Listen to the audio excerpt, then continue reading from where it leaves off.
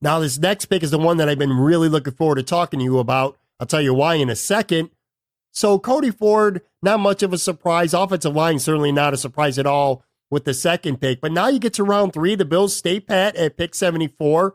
And almost everyone, certainly me, figured, all right, man, there you go. You're going to get their tight end, or they're going to get a wide receiver, maybe a defensive end. But no, they go out and they take a running back, Devin Singletary, and they take a running back in a crowded backfield. They already have LaShawn McCoy. They already got Frank Gore.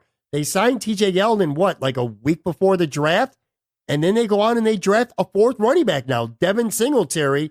The reason why I'm excited to talk to you about him is because on your big board, you actually have Devin Singletary as your number 1 running back on your board, ahead of Jacob, Sanders, anyone else. He's number 1 on your board.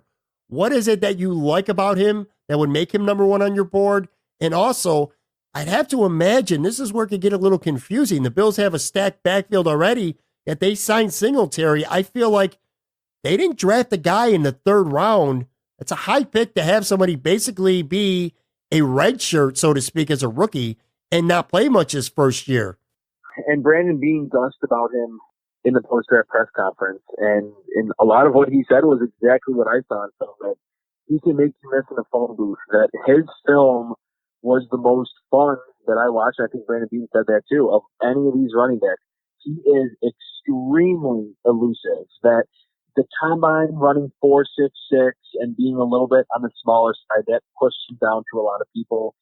He didn't have the combine, and everyone watched the film of all these running backs. Singletary's, to me, was pretty much far and away, outside of David Montgomery from Iowa State, who went a pick after him, or a few picks after him, I think, to the Chicago Bears. Those two were in their own category.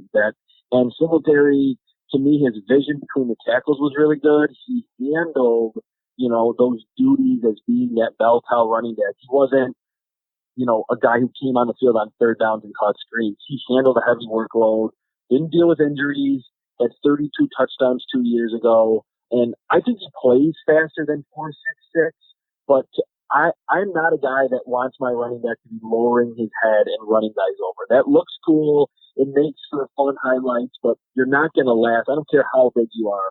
You're not going to last in the NFL if you're doing that. And the running backs have the shortest shelf life of obviously any position in the NFL. I want you to be able to make guys miss. And I think that's why LaShawn McCoy has been able to last as long as he has and is still a good player.